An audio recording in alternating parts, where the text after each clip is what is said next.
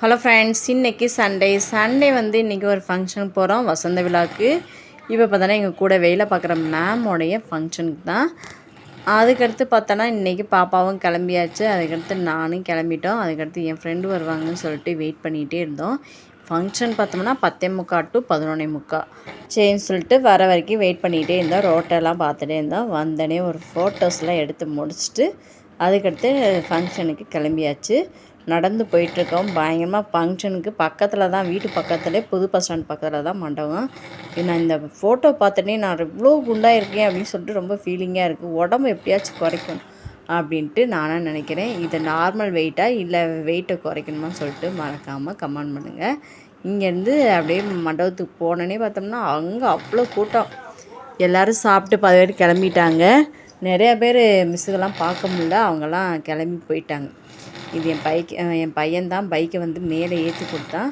நான் ஒரு நாள் சொன்னேன், தம்பி உனக்கு பைக்கு வந்து அப்பாட்ட சொல்லி ஓட்டி பழக்கி விட சொல்கிறேன் அப்படின்னு சொன்னேன். அதுக்கு அவன் சொல்கிறேன், எனக்கு ஓட்டெல்லாம் தெரியும், நீங்கள் ஒன்றும் பழக்கி விட வேணாம். நம்ம தான் நினைக்கிறோம் நம்ம பிள்ளை வந்து ரொம்ப சின்ன பிள்ளைகளாக இருக்கோம், நம்ம பசங்களுக்கு எதுவும் ஓட்ட தெரியாது எதுவும் தெரியாதுன்னு. ஆனால் அவங்க வளர்ந்துட்டே வராங்க, அவங்களுக்கு எல்லாமே மெச்சூர்ட் ஆகிட்டாங்க. ஆனால் ஒரு அம்மாவாக இருந்தோம்னா நம்ம எல்லாமே நம்ம பசங்களுக்கு நம்ம தான் இந்த மாதிரி சொல்லித்தரணும்னு நினைக்கிறோம். ஆனால் ஒரு குறிப்பிட்ட ஏஜுக்கு மேலே பசங்க வந்து அவங்க ஃப்ரெண்ட்ஸ்லேயே வந்து பைக் ஓட்டுறது எல்லாமே அவங்களே கற்றுக்குருவாங்க போல். மண்டபத்துக்கு வந்தாச்சு. மண்டபத்துக்கு வந்தோடனே அந்த ஸ்டேஜெல்லாம் பார்த்தோம்னா நல்லா டிசைன் பண்ணியிருந்தாங்க, டெக்கரேஷன் பண்ணியிருந்தாங்க. சிம்பிளாக இருந்தாலும் நல்லா இருந்துச்சு. அதுக்கடுத்து கொஞ்சம் நேரம் அங்கே உட்காந்தோடனே மேலே போயிட்டோம் சாப்பிட்றதுக்கு. ரொம்ப கூட்டமாக இருந்துச்சு. சாப்பிட்ருக்கப்பே பின்னாடி வேறு நின்றுட்டே இருக்காங்க.